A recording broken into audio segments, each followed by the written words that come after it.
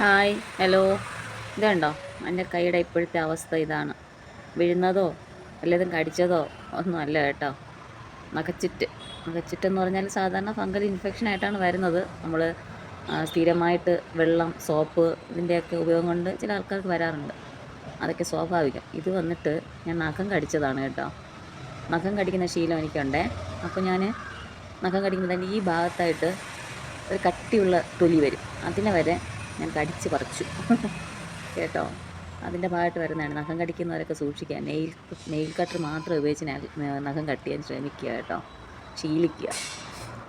ഇതിങ്ങനത്തെ അനുഭവം വന്നിട്ടുള്ളവരുണ്ടാകാം. പക്ഷേ ഇതിപ്പോൾ സഹിക്കാൻ വയ്യാത്തത്രയും വേദന. സഹിക്കാനെന്ന് പറഞ്ഞാൽ കൈ പൊക്കി ഇങ്ങനെ പിടിക്കുകയാണെന്നുണ്ടെങ്കിൽ വേദന കുറവാണേ. അല്ലാന്നുണ്ടെങ്കിൽ എൻ്റെ അമ്മേ. ഇപ്പോൾ പറയുന്നത് ഇത് ഹോസ്പിറ്റലിൽ കൊണ്ടുപോകണം, ഹോസ്പിറ്റലിൽ കൊണ്ടുപോയി കീറിക്കളയണം, ചീന്തിക്കളയണം എന്നൊക്കെ പറയുന്നുണ്ട്.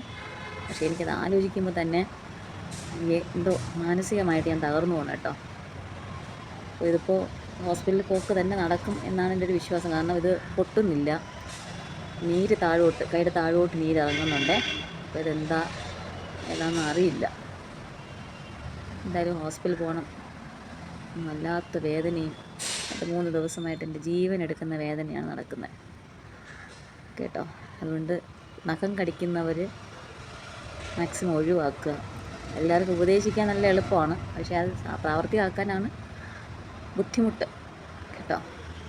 ഇതിപ്പോൾ ഞാൻ ഈ വീഡിയോ എടുക്കുന്ന സമയവും ഭ്രാന്തെടുക്കുന്ന വേദനയാണ്.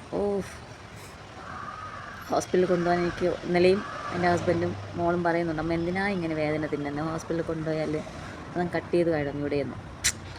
എനിക്കതിനോടുള്ള എനിക്ക് ഇത്രയായിട്ടും എനിക്ക് ഇഞ്ചക്ഷൻസ് എറിഞ്ഞ് കാണുമ്പോഴത്തേക്ക് എനിക്ക് വയ്യ ചെയ്യുന്നു. അതുകൊണ്ട് എനിക്കൊരു അഡ്വൈസ് എന്നോണം പറയുകയാണേ, നഖം കടിച്ചിങ്ങനെ പറിക്കരുത്, നെയിൽ കട്ടർ യൂസ് ചെയ്യണം കേട്ടോ. നഖച്ചുറ്റ് സ്വാഭാവികമായിട്ട് വരാമെങ്കിലും ഇത് ഞാൻ വരുത്തി വെച്ചതാണേ. ഉണ്ടോ അങ്ങനെയുള്ള കാര്യങ്ങൾ ഞാൻ വീഡിയോ ഇട്ട് തരാം കേട്ടോ. ശരി എന്നാൽ ബൈ.